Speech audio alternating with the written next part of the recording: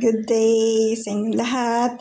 So, heto na naman tayo. Magla-lunch na naman. Gagawa tayo ng lunch na ulam. Ito ngayon ang aking menu.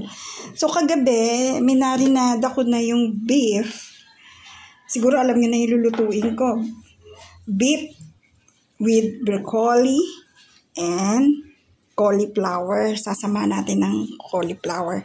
So, ito, minarinada ko na yan sa cornstarch, sesame oil, and liquid seasoning. So, magdamag ko yung minarinada. So, unang natin gagawin dito, ipa-fry na natin siya sa pan. So, mamaya, pagluto na siya, pag okay na, malambot na, saka natin igigisa yan. And then, titimplahan natin ng another sauce.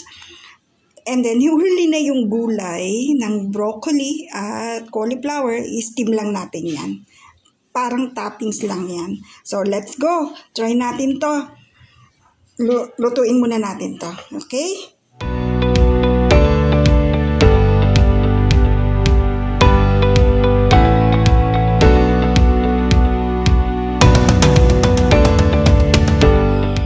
So, lagyan na natin ng mantika.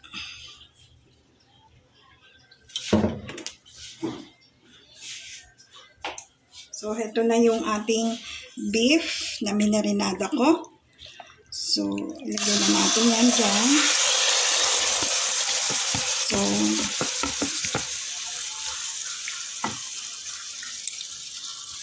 syempre, kailangan palambutin natin ng mabuti yan.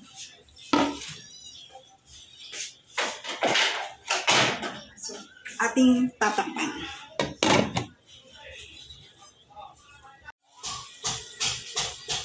Heto na. So, malapit-lapit na yung maluto. Malambot na rin yan. Ngayon, igigisa natin yan sa sibuyas, bawang, at luya. Okay? So, konti pang luto. Takpan ulit natin para malambot ng gusto. Heto na, kinuha ko na dito sa kawali itong aking piniritong beef. Tapos, ngayon, ating igigisa na sa bawang, sibuyas, at luya. So, ang gagawin ko dito sa pinaglutuan nung beef, dito ko na rin igigisa. Siyempre, para yung katas nandyan. So, inalis ko yung mantika para hindi masyado mantika yun. So, pagsama-samahin na natin, igigisa lang natin yan.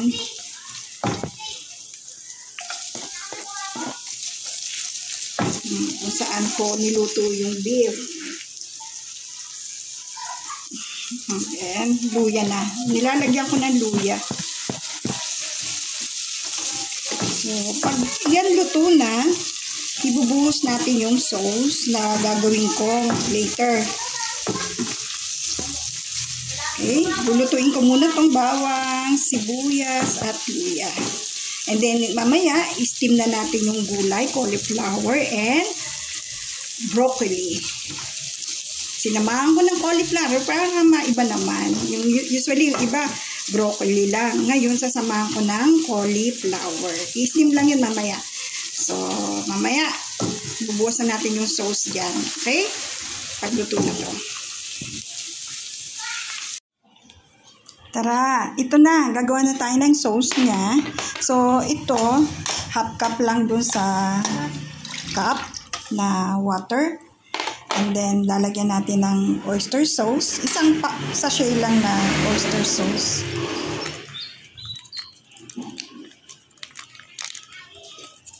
And then, lalagyan natin ng liquid seasoning.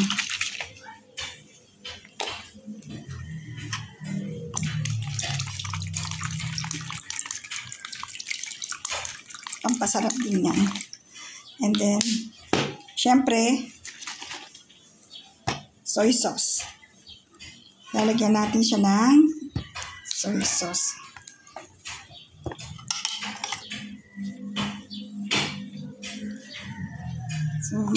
isa't kalahati lang na kutsara.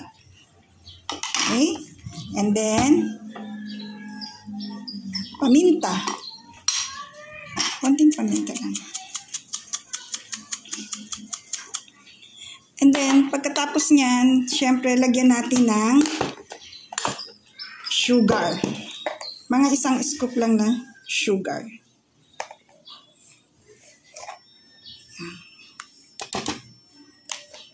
And then, pinaka-last, syempre, maglalagay tayo ng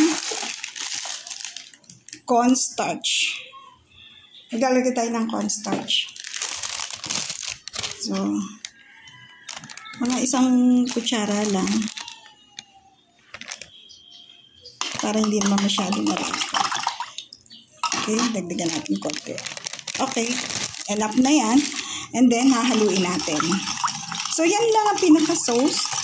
So, tapos ko na igisa yung ibubuhos na natin to doon. So, haluin muna natin. Okay? So, luto na ang aking bawang at sibuyas. So, atin nang ilagay itong aking beef na niluto kanina. And then, heto na yung aking sauce na tinimpla kanina. Bubuhos natin yan ngayon.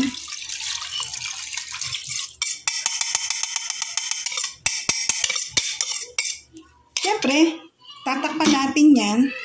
Pakukuluin pa natin ng isang kulo na lang. Habang ini-steam na natin yung gulay. Yung broccoli at cauliflower. Pagsasamahan natin this time yon. Usually, iba broccoli lang. Ngayon, iniba ko, tinagdagan kong cauliflower. So, ang gagawin natin, pakukuluin natin ng isa yan, tatakpan natin. Okay? Okay. Heto na, kumukulo na yung tubig. Steam lang natin yung gulay bago natin i-toppings dun. Siguro, mga 5 minutes lang yan. Okay? So, heto na. Ilalagay na natin yung... So, binuksan ko na. Heto na siya. Ang ating beef. May sauce na yan. And then, ito, in-steam ko na. 5 minutes lang yan. In-steam ko na. So, ibubuhos na natin yan dito. Sa ating beef. So, luto na ang ating beef, broccoli, and cauliflower. Ayan. So, iba naman, may cauliflower siya. Kadalasan kasi ang nilalagay, broccoli lang. So, this time nilagyan ko siya ng cauliflower. So, yan lang. Luto na ang ating menu for today. Beef, broccoli, and cauliflower. So, tara, kain na tayo. Ready na tayo. Serve na.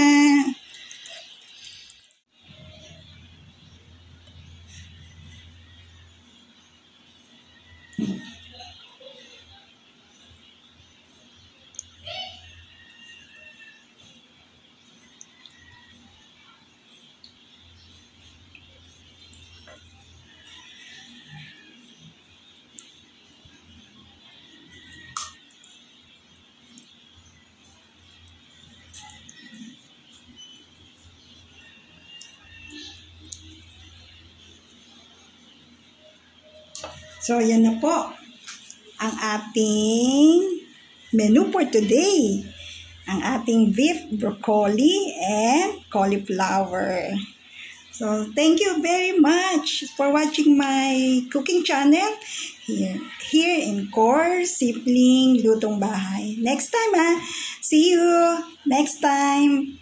Bye. God bless to everyone.